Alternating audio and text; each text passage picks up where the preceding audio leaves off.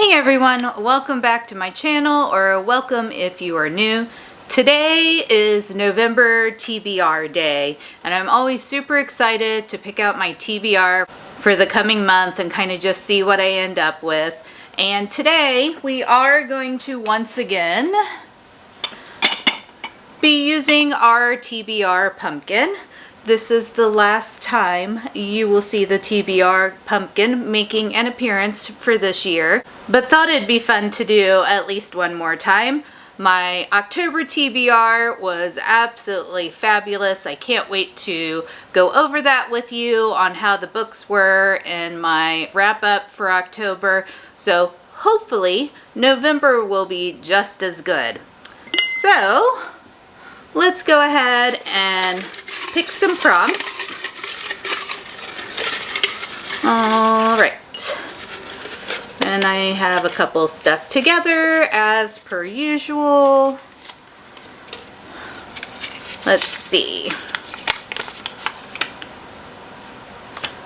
I have pick a book with a 5-word title. So let's see what our options are.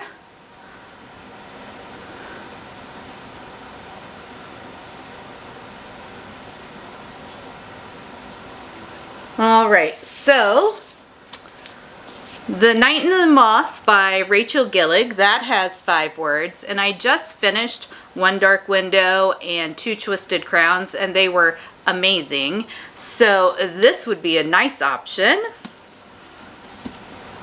Do I have any others? I have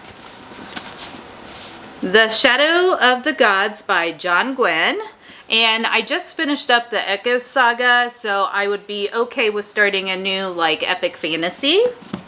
So that is another good option. And that might be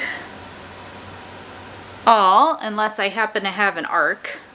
Give me 1 second. I should have been better prepared, but I was not. Alright, so arc-wise, I do have some arcs that have 5-word titles, but they're not out until next year, so I don't necessarily want to read them yet. So we're not going to go with an arc. So we're going to pick in between these two, and I think I want to spread out my Rachel Gillig moments, since I know she won't have another book coming out until next year, I believe. So I'm going to save this one, and we are going to go with Shadow of the Gods by John Gwynne. And like I said, this is an epic fantasy, and here's a little bit of the synopsis off the back. When the gods fought, it was a battle so savage they destroyed themselves, leaving nothing but their bones and the broken land of Vigrid in their wake. Now as the whispers of war echo over the fords and across the plains, fate follows in the footsteps of 3 warriors, a huntress on a perilous quest, a noble woman pursuing battle fame, and a thrall seeking retribution among the mercenaries known as the Bloodsworn. All 3 will change the course of the world as it once more falls under the shadow of the gods. So, sounds great, and can't wait to pick this one up. And sorry for the angle change there, but I felt like you guys were too far up, so I brought you down a little more to my level. So, now we're going to go ahead and pick our second prompt. Let's get one of these. And we have always a favorite, a book featuring dragons. And I've read a lot of my dragon books recently, so not 100% sure what I have for this one. Let's see. Put you back. Alright, so I took a look through what I have, and apparently we're just going to be starting a lot of epic fantasies this month. So I had to Google it because I didn't see anything on the back, but The Demon Awakens by R.A. Salvatore does indeed have dragons in it, so this is going to be my second choice. So I got two big old chunky books to start off with, but that is fine. I love R.A. Salvatore's writing, so I'm quite sure I will enjoy this.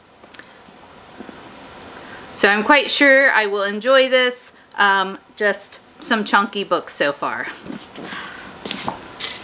All right, and for our third prompt,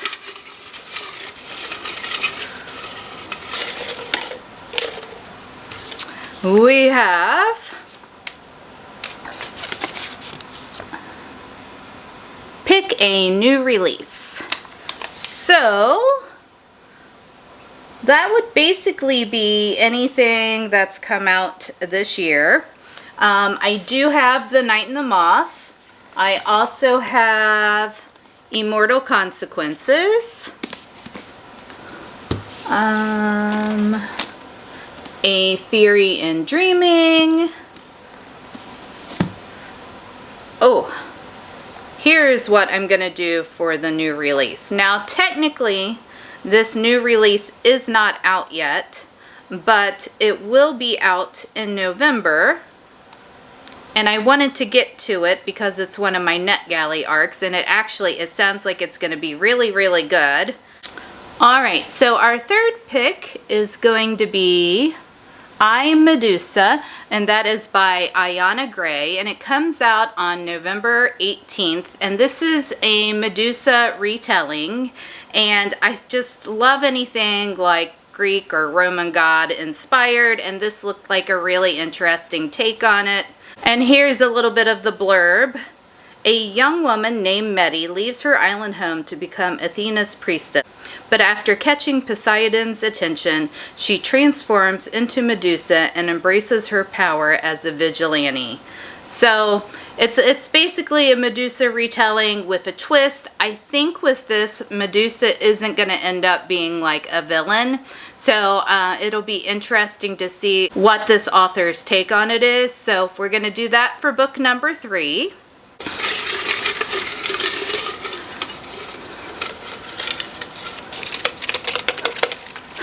See, this is what I run into because I didn't fold my sticky notes well. So I got like 3,000 of these things stuck together. All right, so our fourth pick is a book with an animal companion. And let's see, I'm not 100% sure if all of these have animal companions in it. I know that The Night and the Moth has a gargoyle, but I don't think that really qualifies as animal. Not sure about those. The Spell Shop has a sentient spider plant, but also not an animal. I kind of think our best option might be, and this one's a little bit out of my comfort zone. I don't read a lot of literary fiction, but I think we're going to do Remarkably Bright Creatures. And this is by Shelby Van Pelt, and I know it's being turned into a movie, but there is an octopus in it that has a point of view that we get to hear, and it's kind of like an animal companion. I'm going to count it because it's my channel and I can. So yeah, that's what we're going to do for our fourth pick. It's a super cute little book that I got from Barnes & Nobles. And here's a little bit of the synopsis. After Tova Sullivan's husband died, she began working the night shift at the Sowell Bay Aquarium, mopping floors and tidying up. Keeping busy has always helped her cope, which she's been doing since her 18-year-old son mysteriously vanished on a boat in the Puget Sound over 30 years ago. Tova becomes acquainted with Marcellus, a brilliant giant Pacific octopus living at the aquarium. Marcellus wouldn't dream of lifting one of his 8 arms for his human captors, until he forms a friendship with Tova. Ever the detective, Marcellus deduces what happened the night Tova's son disappeared, and now Marcellus must use every trick his old invertebrate body can muster to unearth the truth for her before it's too late. So, I think that qualifies as an animal companion. And that's what I'm gonna go with. All right, so that was our 4th pick. And I think we're gonna go ahead and do 6. I'm a little nervous about that based on the length of a couple of the books, but we will give it a go. All right, so for number 5,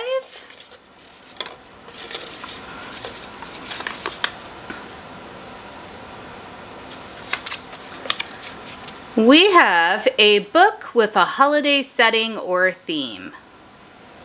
And I have a book for that. I don't actually have it on my cart though, so one moment. So I have Holly by Adeline Grace, which is, it says it's a novella, but it's like 300 pages. It is a little shorter, so that probably makes it a little longer, but I don't know that I consider it a novella, but that's okay. But this is what I'm gonna do for the holiday pick. And as you can see, definitely has a holiday setting. Super cute. And I've just loved the Belladonna world. So I was planning to pick this up anyway. Here's a little blurb from the back. Signa covered her mouth, muffling her words. Oh dear. Eris turned to find that she was no longer looking at him, but rather over his shoulder, and with great frustration, he found that he recognized the look on her face. He'd seen it all those years ago, on the night of the ball at Foxglove, when spirits had terrorized unsuspecting guests. There was a spirit in this room. So much for an uneventful Christmas. So, definitely holiday themed.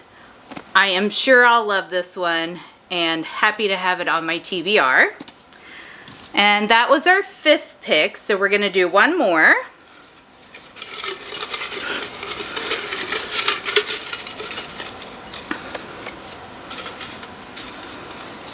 And this one is a book set during or about medieval times. So, I don't know if that means like medieval kind of setting, like that's what most fantasy books are in, or at least the high fantasy books, or if it means like actual medieval times.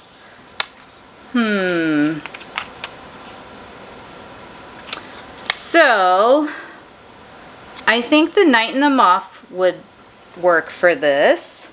The next book in the Kingdom of the Wicked, Kingdom of the Feared, but I wasn't super excited after I read the first book, so I don't know if I want to continue that one right now.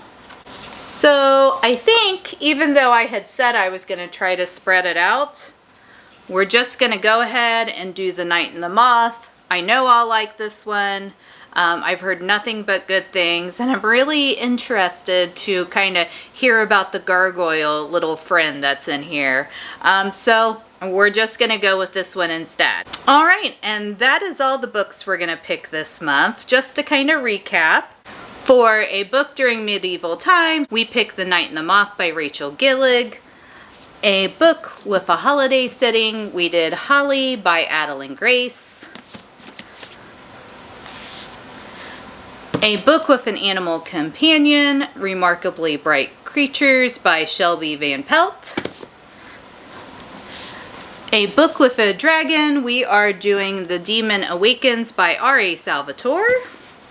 A book with a 5-word title, we are doing The Shadow of the Gods by John Gwynne. And then we have our ARC, which is I'm Medusa, and that is by Ayana Gray. So I think it should be a pretty amazing month of reading. And be sure to let me know down in the comments below if any of these books are on your TBR, or if you have already read them, how you like them. So I hope you enjoyed seeing what I picked today. Take care, keep reading, and I'll catch you in my next video. Bye!